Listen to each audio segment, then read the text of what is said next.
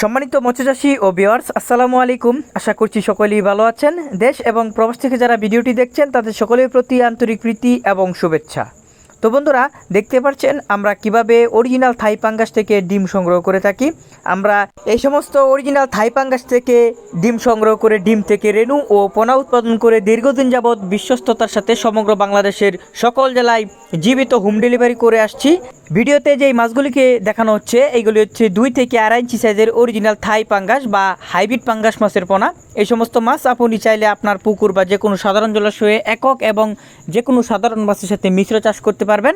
আমরা এই মাছের পোনাগুলিকে পিস হিসাবে বিক্রয় করি এবং চাষ করার জন্য সমগ্র বাংলাদেশে যে কোনো জেলায় জীবিত হোম ডেলিভারি করে থাকি। যে সমস্ত মৎস্যচাষী ও খামারি ভাইরা মাছগুলিকে আমাদের কাছ থেকে সংগ্রহ করতে চান, তারা মাছের দাম এবং মাছ সম্পর্কে বিস্তারিত তথ্য ও পরামর্শ জানতে অবশ্যই ভিডিওর স্ক্রিনে দেওয়া নাম্বারে অথবা টাইটেলে দেওয়া নাম্বারে সরাসরি যোগাযোগ করে কথা বলতে পারেন।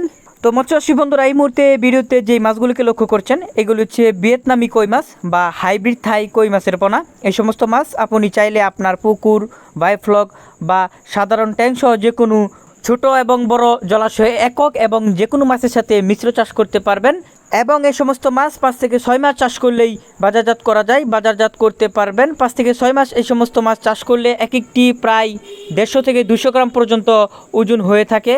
তাই যে সমস্ত ছোট বড় মৎস্যচাষী এবং খামারি ভাইরা অরিজিনাল ভিয়েতনামি কই মাছের পোনা চাষ করতে চান, তারা চাইলে আমাদের কাছ থেকে অরিজিনাল মাছগুলিকে সংগ্রহ করে চাষ করতে পারেন। ভিডিওর স্ক্রিনে দেওয়া নাম্বারে অথবা টাইটেল থেকে নাম্বার সংগ্রহ করে সরাসরি কল করে মাছের পোনার দাম এবং বিস্তারিত তথ্য ও পরামর্শ জানতে পারবেন। দেখা হবে পরবর্তী ভিডিওতে।